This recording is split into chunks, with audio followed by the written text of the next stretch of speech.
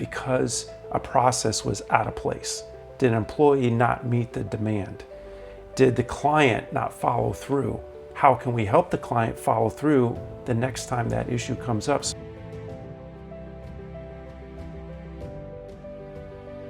Welcome to the Dispatch on Purpose. I'm your host, Amy Dahl, and here we are in the living room of my home at the holiday time of 2025, bringing you some of our last podcasts of the year. And I am excited to have you guys join us. We are doing something unique this time. We are welcoming my husband back to the podcast. This year, you agreed to do a podcast with me earlier in the year, and it got rave reviews. So we decided, backed by viewer demand, that we would do another one to wrap up the end of the year. So welcome to the podcast. Thank you. I know you prefer to be behind the scenes. Yeah, I think this is okay. Okay, good. So we are going to chat. I did not give you a heads up on any of our topics, but we reached out to the staff and to our agents and to some of our viewers and asked them what they would like to talk about. So today's going to be all about questions that they want answered that they'd like to hear us talk about. So, Okay. But how's your day? It's going well. You dropped off the kid this morning? Yeah, and it Our stopped normal day? snowing and the roads are clear, so no complaints. Yeah, it's nice. The kids had a 2-hour delay, so we got pancakes this morning, Yeah. which was really awesome. We had 2 cups of coffee instead of 1. There was no chaos leaving the house. It was really nice to have that extra 2 hours. Yeah, the boys said they really enjoyed sleeping in and then going to school later, but still getting out on time. Not being punched back. Yeah. So, and then you're leaving here, and kind of one of our normal routines, you're going to pick the boys up and then head to baseball today, right? Yeah, it's one day out of this week that we can do a little bit of indoor training, so Nice. they like it. Yeah, our normal day. Mhm. All right, so you ready for end of the year wrap-up questions? Yeah, let's do it. Okay, you get to draw the question, All right. and we'll both answer, but you can read. If you could describe 2025 in one word, what would it be? Ooh. If I could describe 2025 in one word, I would say this was a year of growth. Growth because the market was slower in good ways, and we had less buyers and less sellers, but our team in particular had a lot of growth. We took some of this opportunity where there was really low inventory to do a couple of things, to get back to basics. Some of the things that we didn't have time to do when the market's crazy busy. We explored new marketing things, that type of stuff. But we also brought in some new systems, and we're in the process of bringing in new systems into our office. Everything from software to operating systems. We're going through a book called Traction, which is, holding people accountable. You're leading that, which is really cool behind the scenes. And every week we're focusing on getting back to what our core mission and vision was as a real estate team, and how to better serve our clients, but from behind the scenes, how to make sure our staff are in the right roles. So I would say this year's been a big year of growth, and we're still in the middle of it. So we have lots of things that are rolling into, 2026, new CRMs, new contact databases, new ways to stay in touch with people, looking for those ways to continue to serve our clients. So definitely a year of growth and new marketing. So it's been fun. Yeah, I agree. What about you? I think I would agree with that. I think a lot of it growth through systemization, if that's a word, but we've done a lot of that this year to try to streamline processes in order to leverage what time we do have, in between drop-offs and pickups at school and family time, to try to streamline those processes so we could focus our energy into those areas where we can develop and provide more services for our clients and our customers. And I think that has been a big part of 2025, and I'm excited for 2026 on how, with those processes in place now, instead of having to implement them, spending the year to do that, okay, now let's operate with those systems in place and move forward. So that's what I'm looking forward to. Yeah, you and me both. Mm-hmm. All right. Next. Yep. All right. How do you balance being both business leaders and married in real estate? I wonder where that question came from. You want to answer first? Yeah, I'll answer this one. So how do we handle it, or how do we balance it? I think I think a lot of it has to be a good, healthy dose of just knowing how to take a breath and relax a little bit. I think you've taught me that, um, in the sense that when things might not go the way we want them to, or if there's like an issue at the office, a lot of times you would say, I this is why I don't bring this up to you sometimes, because it causes, a little bit of, because it causes a little bit of, not confrontation, that's the wrong word. It's Friction. just maybe not even the word friction. It's just it pulls at your heartstrings a little bit more, because it's a family member that's dealing with an issue that's work related, but you both work in the same industry. So you not necessarily be the knight in shining armor, but you want to work a little bit harder to help that person solve the problem. You get protective of my stresses when things Yes. cause me stress or when I have to handle a different scenario. Yes. You want to step in as the husband and fix it for me. or And or offer to help, or sometimes, and I think what I've learned is that that breath I talked about at the beginning of this answer is, you have to take a step back and just breathe and realize that, no, she's got it, and she just needs to talk about it, and if she needs help, she'll let you know. And in the meantime, maybe just listen between the words and see if, like, did the friction or the problem come about because a process was out of place? Did an employee not meet the demand? Did the client not follow through? How can we help the client follow through the next time that issue comes up, so this doesn't become an issue? Those are the things that I look at. I try to look at it from a process perspective and not try to go out and solve it, because I know you can handle that, and that is your expertise. But my expertise is on the process side. So how can we prevent that from happening? So I guess my balance is not rush into solve the situation right away. Maybe look at it from another angle, another alternative point of view. yeah, I like that. Um, Gosh, how do we balance? I think the last couple of years with you being in the business. So for our new viewers, Derek's background is aviation and Hornets in the Navy. Actually, it's both of our backgrounds is aviation and the Navy, and you've been with the team now for a couple of years. And realizing that our strengths is our differences. We are so different, and that is not a weakness. That is what is best for us in this business. It is truly what makes this team unstoppable, is the fact that we're so different. And my coach says that I'm the visionary and you're the implementer, and he says it all the time. And I I, used that line. I used that line yesterday at the team huddle, which you weren't at. because I'm the There was a visionary. file that the team needed, and you failed to bring it to the office a few times, and you left the room because you had something else to do. And I just looked at the team and I said, visionary implementer, if you want the file, ask me. It's so true though. I as a broker owner and realtor, I'm always going every different directions and trying to solve everybody's problems and work with all my clients. And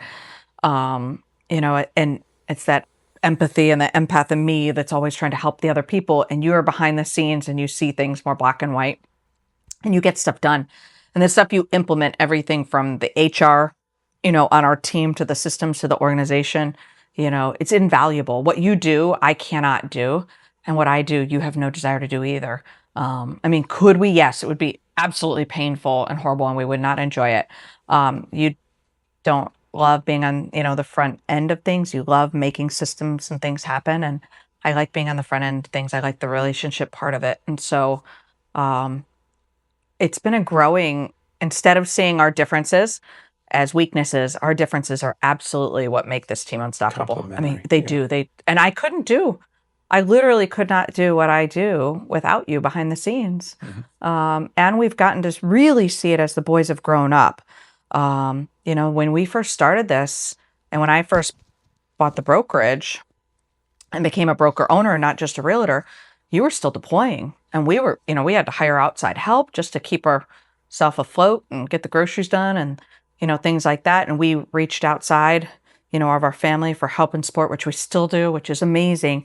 But those were some really, hard years. And now we have the luxury of both being retired from the Navy, and you get to spend, you leave at 2 o'clock every day to go pick the boys up from school, which is awesome, and play baseball with them. And so struck this really nice balance. Mm-hmm. And I love it. And the fact that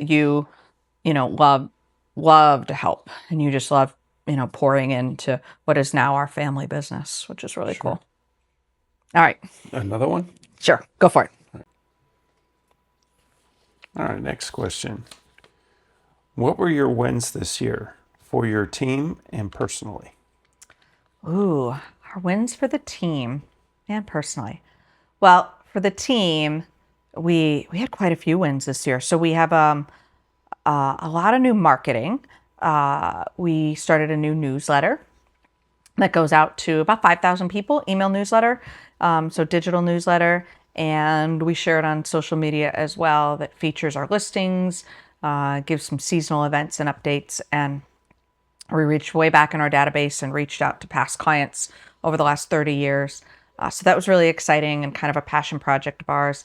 We finished our first full year of podcasting, and we rebranded a little bit. And this podcast has evolved, which I consider a win and really has made me excited for next year. I've been able to use my profession as real estate and the relationships I've built to share other stories, featuring some really great charities, some organizations, some business owners, and we've got amazing things lined up for next year. So I'm super excited about that.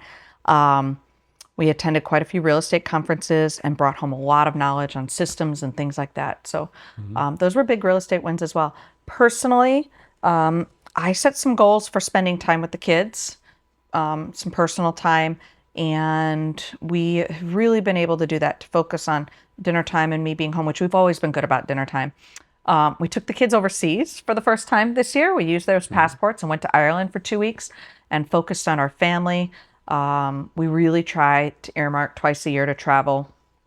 And the boys loved Ireland. It was a different pace. We got out of the States, and enjoyed the Irish countryside for 2 weeks. And that was fantastic. So for me, that was a huge one, and definitely the highlight of our year. So just I watching agree. the boys grow. What Yep. about you? What do you feel like our wins were? For the team, like I mentioned in a previous question, implementing those systems, and I won't rehash that because we've already talked about it, but I think that was the biggest win Yeah. for the team this year. Made a couple new hires, and I think our newest hire has been a tremendous asset. She brought great ideas that we've already implemented. Yes. So I'm happy with the hiring process. I'm happy with the systems. We still have room for one more. Yep. We're still hiring for one more position. We're hiring for those listening. Yeah. So looking to find that right person that's a good fit for the Yeah. team, and bring in good ideas. Yeah. And I think personally, yeah, I agree. The family time has been good, but more importantly, like even with the extended family, we had some good trips to help celebrate some major milestones for some of those family members. So I'm glad that we got to do some of those and sharing some of those memories. Yeah. Yeah. And we've had some really good clients this year. Listings and sales wise, I've met some amazing new clients that I've worked with buyers, and both on the listing side too, and some repeat clients. And we're closing out the year with our biggest sale of the year was a $3.2 million beach house that I sold a year ago and now have resold.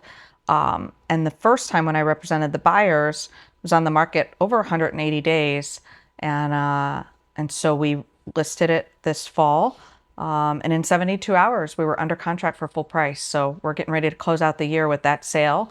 And that was exciting. I mean, that was a great way to close out 2025. We'll It actually close is. the first of the year, 2026, but it's a testament to the systems we've put in place, Exactly. the team, the staff, the marketing. I mean, everybody threw in on this one. And the Yes. seller, the quality of my clients. They poured into this house, the stagers, the contractors, the marketing team. So it's really kind of fun to went on those big ones where everybody comes together. And it was a testament to a really great year. It was. All right. Another one? Yeah, grab a new one. Okay. All right. If 2026 is your best year yet, what will you have What will have made it so?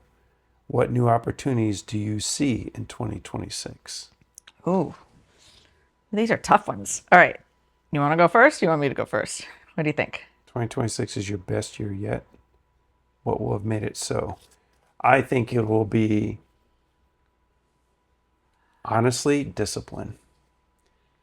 And I say that because we got these great systems and stuff in Yeah. place. And we're already goal planning for And next we're year. already goal planning.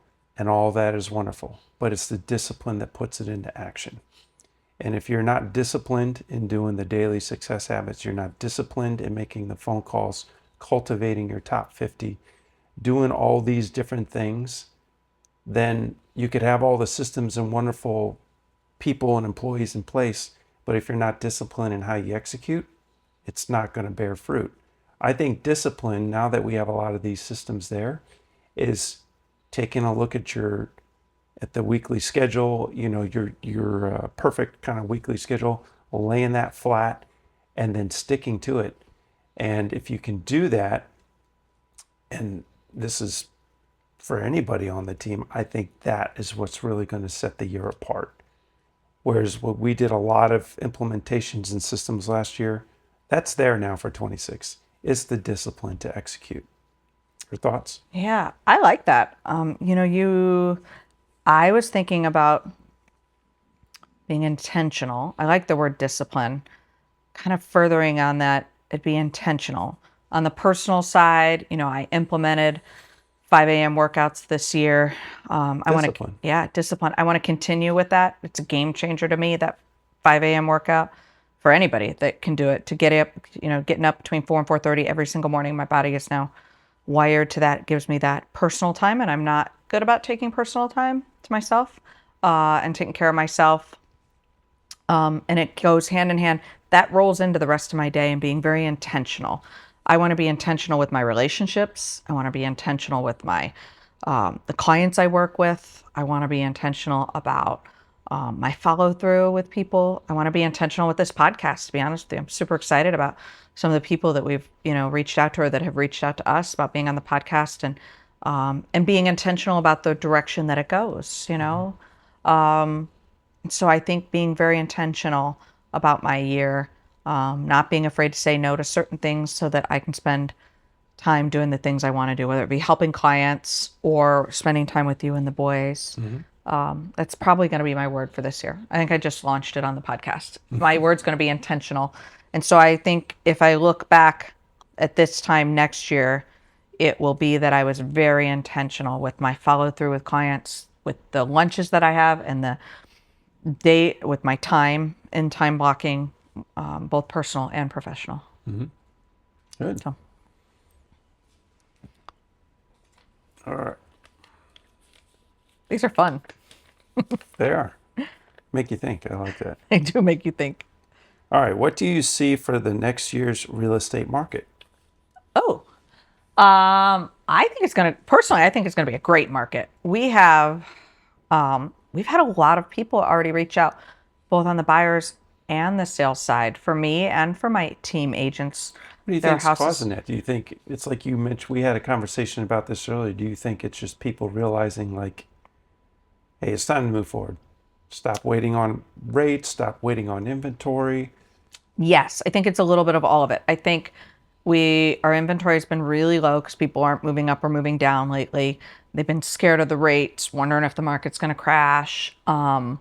When the country's a little bit in turmoil, it always makes the real estate market slow down and puts that a little bit in turmoil. We're not, next year, we won't be in a major election year, kind of in the middle of that cycle. I think people are used to where the rates are, and they know they have to move. A lot of people have kind of slowed down their moving this year, but we've had people reach out that say, I know I've got to move next year. They're comfortable with it. They've kind of forgotten about the 2.5% and 3% interest rates, and everybody's accepted the fact we're not going back to that point yet. And so I have a feeling it's going to be a really good year for us in our market. And my agents are feeling that too. We have a lot of, we have houses that we're working on right now that are going to hit in the winter and the spring. We've got stuff already coming up. We've got several buyers lined up that are coming, this winter and this spring. And so those are all really good signs. And so I think everything's kind of stabled out a little bit. And I think next year is going to be a very good year. And national predictions are the same way, that the real estate market is going to, will have a good year. You've always mentioned there's the crowd that has the 2.5, 3% interest rates, right? Yeah. Those are the people that tend to hang on the properties and go into either if they have to move for work or whatever reasons, they hang on to their houses in order to rent them and that type of thing. But I think we're getting to the point where, like in this area, which is heavily dominated by military, and that's what governs that is the what governs almost turnover rates sometimes is the periodicity of someone's orders, anywhere between 24, Yeah. 36, and 40-month orders, right? Somewhere in that 2 to 3.5 year window. If you look at that, we're at the point now where some of those people who came into the market came into the market back when those rates were coming up and Yeah. they wanted to buy. Do you see 26? Are we far enough down the road now where people with rates at like the 5, 6, 7, where Yeah. they bought 2 to 3 years ago are now coming up on the end of orders? Do you see them now looking at, are they the type of person like, nope, the interest rate was high, I'm happy to get rid of it? Or are they still like some of those buyers that bought at 2.5, 3%, they're still hanging on to their properties? Do you see any difference? I guess my question is, does the Yes. rate change now that we're further down the road of people's decision to sell? The market does change now that we're further away from those crazy low interest rates. What I see is that the people that bought at 2.5 and 3% have now 3 years, because 40% of our market's military, driven by military. Those people bought, they've actually already moved on, and I've been managing their house for 2 or 3 years now. And so some of those people are coming back this year. I can think of a couple right off the top of my hand, and they still own those properties and they've been renting them out, and they're actually ready to buy again. And they know they've already accepted the fact that they're going to buy higher. And so I've been managing their property for a couple of years. They've hung on to it. They have no plans on getting rid of it. It's at 2.5%, and they're going to buy again. So that's introduced another buyer pool into the market. But I am also seeing people that bought after the rates went up, and they bought 3 years ago, and they have a 5.5% interest rate, and they're okay with selling. And so we're seeing people that are now 3 years down the road and can afford to sell again. And because our market hasn't gone down necessarily, some cities and locations, and depending on the condition, have slowed. But there's still some locations, in particular in Virginia Beach, where we're getting, multiple offers. And so we're seeing people now getting ready to list as well, versus just hanging on to it. 3 years ago, most people were turning to the rental market because we were still so close to those. We were 3 years out from those really Right. low rates that they were hanging on to their houses. So it sounds like rates still drive the decision somewhat. If it's a lower rate, tend to hang on to the property, where people, if I'm hearing you correctly, with a higher rate are okay with letting those properties go. Yeah, I do see more of that. When the rate is ridiculously low, I see more people hang on to it. When the rate is the fives and the sixes, it's 50-50. Okay. Some people look at their properties as investments and they want to hang on to it anyway, and then they'll turn it into a rental, and then we manage it. And some will say, "Hey, I can afford to let this one go because or maybe they need to, maybe they have to let it go Yeah. because that rate is." Because it's a higher rate, the mortgage payment's higher. And if they've got to rebuy or rent elsewhere, they're less comfortable with having a higher payment here. And so Either it way, is 50-50. either way, the inventory is higher now. I mean, helping Sony craft the newsletters these past Yes. few months, I've been watching that, and I've noticed that the inventory is higher now. Yes. And broadly speaking, across Hampton Roads, the absorption rate, which is the rate that it takes for a house to go from active to under contract, is longer too. Okay. And once upon a time, years ago, I used to tell my clients it would take 3 weeks before we'd go under contract. And then we went through these wild, crazy COVID years where it took, 3 hours. And now kinda back to that yeah, now. we're back to a more balanced market. Yeah. Okay. Anything else to add to that one? Nope. But I think it's going to be a great year. I am super excited for 2026. All right. What leadership lessons from 2025 do you bring into 2026? Oof. Gosh. You hit on some of them: discipline, being intentional, I'm going to carry those into 2026. Over the last couple of years, bringing agents onto my team, first Jennifer and then my sister Melissa, and David in the middle there too, has taught me.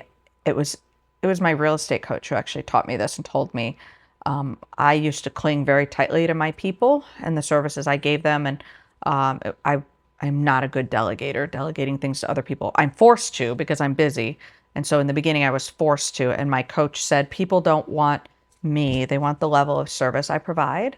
So bringing Jen and Missy on and David and letting them help me in the crazy busy markets with, especially with buyers when we all need to jump as soon as a house hits the market to go out and show it. Right.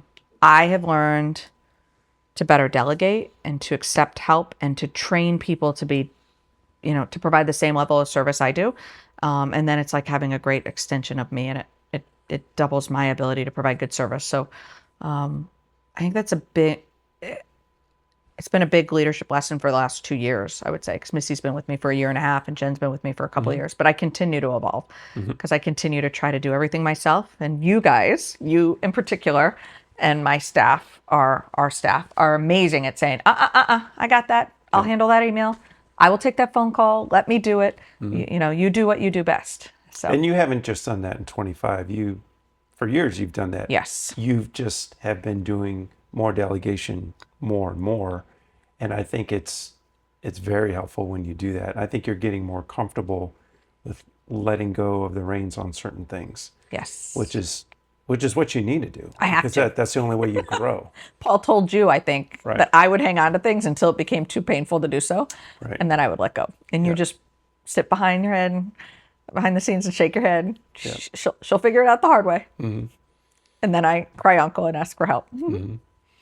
So, yeah, I would say that would be letting people help me and do what they do best. I mean, the stuff that Sony, my marketing director, does, there's no way I could ever do that to the caliber that he does. And the same way with Jen and Missy jumping up in the evenings to go show property if I'm with the kids or something like that. They enable me to do more and to provide better service to my clients than trying to keep it all together in one house. Right.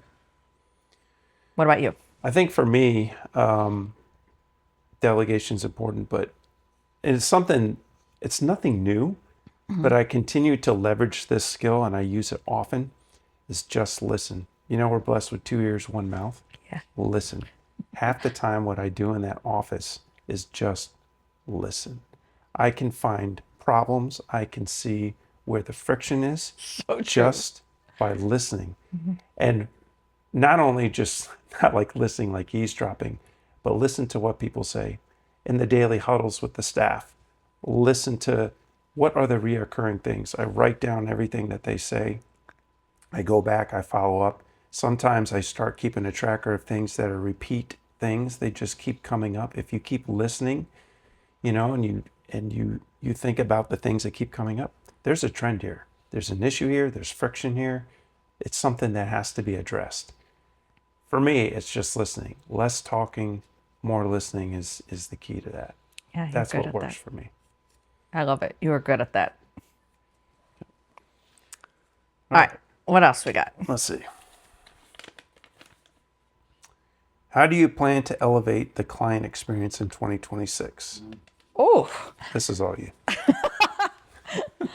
how do I plan to elevate the client experience in 2026? Well, we've already started chatting with our agents in mentoring sessions to talk about what their year is going to look like next year. And one of the common themes that comes up, and as we've been working through Traction, which is the operating system that we're going through with the team, and it talks about measurables and accountables and having the right people in the right seats.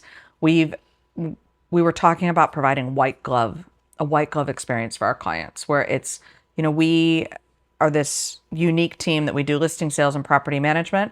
And so we're with people from the beginning of their real estate journey all the way through to the end. And it's not like we help them buy and then they sell and they leave. Sometimes that's the way it happens. Sometimes it's, we help them buy, then we manage for years, then they come back, they buy another house, we manage, they live in that for a couple of years.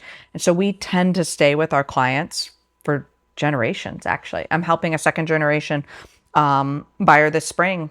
Her husband just selected E2s and her dad is a Navy '06, and my dad started working with them when he was a lieutenant JG. And so it's this generational service that we provide, but providing the white glove service. We're here from start to finish, whether you need, help finding the contractors or the people to prep the house, or, you're flying into town and we need to grab you from the airport, and, we're with you from start to finish in order to Mm-hmm. make a house hunting trip that's only going to last 72 hours be as productive as possible. Mm-hmm.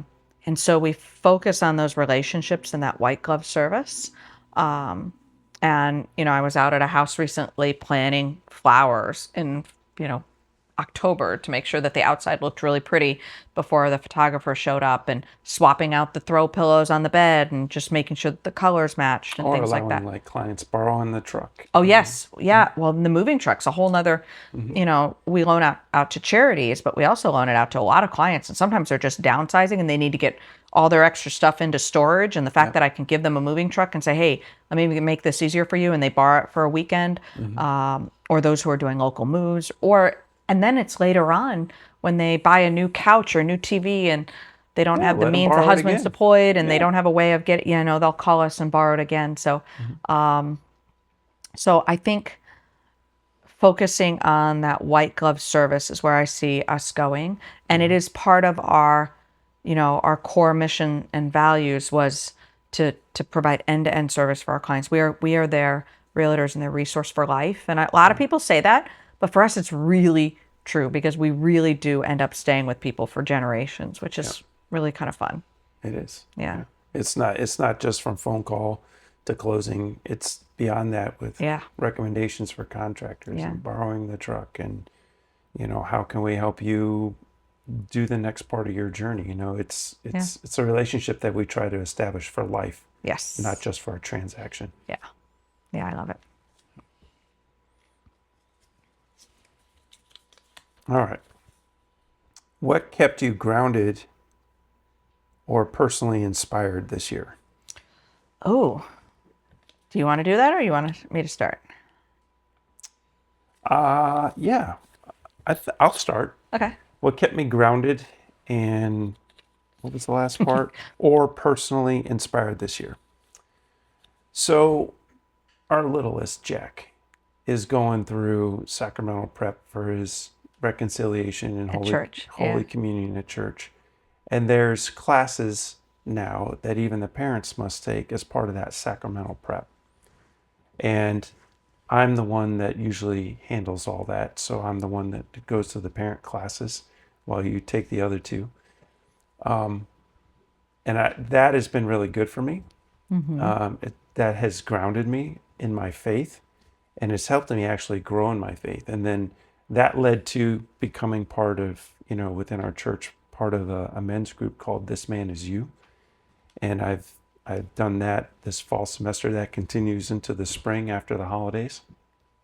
That has been very good for me. So that has kind of grounded me and helped me kind of really focus on what are we doing all this for. Yeah. Is taking care of family and taking care of our sons, and then broadening that out to how can we be a good influence within our community. Yeah. How can we, our work community, our baseball community, our friends community, our church community, all of that is important. And that is having Jack's little requirement to have to do that has grounded me, but also inspired me Yeah. to live a better life. How about you? Well, everything you said, I think a couple of things have inspired me this year and grounded me, actually. I traveling with the boys and getting to see the world through their eyes, and the things that I thought would be important to them weren't, and it was the little things. It was the zip line in the back of one of the hotels that Yeah. they spent hours on, and you and I just sat there like vegetables watching them play while we recovered from a long trip, and they played for hours on, and they still talk about to this day. Or how cool the big airplane was, and and traveling overseas, and just to see the world through their eyes has really inspired me and makes me want to work harder so that we can do more. We don't talk about our gifting or giving much. It's something we kind of do in private, but you and I both are motivated by the desire to give back, and it's something we share in common, thank goodness, because it makes it very easy. I think this was our best year yet. This was our best year yet in charitable gifting and giving, and it was honestly a slower real estate year for us, but to much who is given, much is expected, and we were able to give back a lot more this year behind the scenes to some causes that were important to us. And we're ending the year strong in that regards, which has been really kind of cool. And so that really inspires me. And honestly, some of my clients and podcast guests have really inspired me this year. I've met some fantastic people, which really makes me excited for next year. The podcast has given me a platform and a reason to sit down with not only like some of my real estate referral partners from around the globe, which I'm going to do again in February. We're going to record a whole bunch of podcasts with realtors, RE/MAX agents from around the globe. But some of the charities and the people just doing amazing things, both here and locally and not locally, has inspired me that, man, there's just so much life out there. And then getting to see it through our boys' eyes and letting them see you and I be passionate about things or giving back and letting them see what's important, that it's more than just the toys and the school and the game systems, and letting them see the bigger picture. So it has both grounded me, humbled me, and inspired me. Yeah, so. I agree. And seeing it reflected in our son's eyes, that's that's the most important part of it. Yeah, for sure. They definitely inspire you and I to be better people, better parents. Oh, of course. And all the way around. Another one? Yeah, we'll finish them out. We're so close now. I didn't know if we'd make it through all those questions. Okay. Hopefully there's no doozies in there. How will marketing, technology, and brand presence evolve in 2026? Ooh, a good one. So I'll answer that one. Is that okay? Yeah. RE/MAX corporate as a whole has gone through some really big changes in 2025. New leadership, younger leadership, exciting technology. AI is here to stay and is evolving and changing our business in ways that, we weren't even prepared for, and continues to do so. And so I think brand awareness is really important because it gives people stability and knowledge, but even being with the global brand has made this world shrink so much. I started to say we have referral partners all over the globe, which I do, and I've gotten to work with a lot of them this year as they've sent me buyers and sellers, and I've done the same in return. But I'm really excited in the directions that RE/MAX is going. So that is exciting to me. And hopefully I'll get to share that story a little bit more this year. And the exciting new things. RE/MAX has been around for, generations and decades, but this year they're really taking it to a new level. And it allows me, when corporate makes those big changes and brings no technology, it allows me as a broker owner to share that with our team and our staff and our brokerage. And we're going to be sharing some new AI things, new marketing things, new CRMs, which is our contact resource management, our database, and ways to work your database for our agents at the office. So that's exciting. Technology wise, we are in marketing. I think you said technology and marketing, brand awareness. Yep. So technology marketing, I've talked a little bit about the podcast. We are following the direction that the podcast is going. So personally, versus big corporate RE/MAX, personally, Sony, my marketing director and podcast producer, and I have spent a lot of time just kind of talking about the podcast and the direction that it's going. And I got into podcasting really, I got into it a little bit disgruntled. My staff said I needed to do it. You said I should do it. Sony saw in our team when I hired him, came on and said, "Oh, you need to do a podcast." And I didn't know that I would love it. But it's really evolved and I really love it. It's a chance for me to take the amazing people I meet through real estate and the relationships that I create and tell their story. And so we talked about real estate for me has always been more than just the sales. It's the relationships. When I left the Navy and went into real estate, I wasn't sure I'd love it because I pictured it being about sales, and it's so not sales. It's all relationship driven. You're helping people do something that they would already do anyway, but navigate one of the biggest changes in their life, or you're helping somebody invest and you get to teach them how to invest to create generational wealth.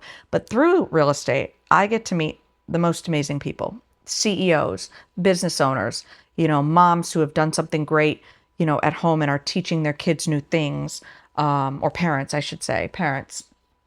I meet the most amazing people. And so podcasting obviously brings, more attention to my listings and sales for my buyers and sellers, which is great for them.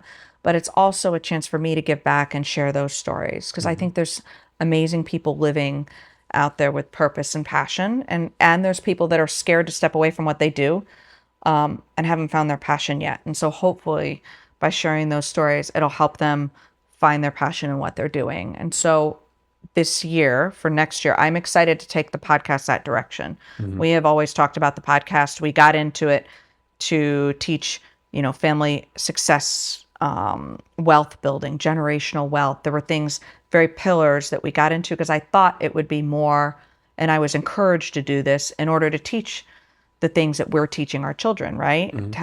How to teach those things, but it's really evolved into something so much more than that. And so I'm excited to take it that direction, to interview people that have a passion for what they're doing, whether it be real estate or entrepreneurship or just, being at home and, Mm-hmm. and creating a legacy in those children that you're raising. So, yeah, I'm so excited for 2026. Oh, that's great. And I think we're down to our last question as these fall off the table. It's okay. It's fine. Or we'll throw them all in there. I'll give you that one. All right. I'll throw those ones in there so they don't go anywhere. Good questions, though. And All right. What mindset shift will help realtors succeed in the new year? That's probably a good one to end on. a Mindset mindset shift. shift will help realtors succeed in the new year. I think Well, that has gone, to be gone are the days of like COVID where it was super simple, right? right. I think getting back to the basics. I think not being afraid of technology. Um, and even though we have lots of new technology, we have AI, and there's great ways for AI to work your network and follow up on your leads and generate, new leads from your sphere. I think always remembering that it comes back to the relationships and working your sphere. I have other brokers, or I have agents that come to me and say, "Hey, do you pass leads on?" If when they're interviewing with our brokerage, I think I'm going to hand them business, and that's the wrong mindset shift, because I can't hand you your own clients and your own database. You need to work with the people that you know and create a life where you've got a sphere of influence, and those people know, love, and trust you, and they will introduce you to more people. And so, for an agent, you need to learn how to work the people around you that trust you and love you. Work with them, take care of them, hold their hand, provide guidance, and they will love you so much that they will become your raging fans, and they will Mm-hmm. tell everybody else about you. So, teaching agents to work their sphere, Mm-hmm. their circle of influence that they already have. Don't be afraid of technology, but Use it as a tool. it's a tool, and it Mm-hmm. will never replace the relationships that you've built. That's right. So don't look at it as a replacement, Mm-hmm. and continue to build those relationships. Just use it as a tool, Mm-hmm. and I think agents will do great.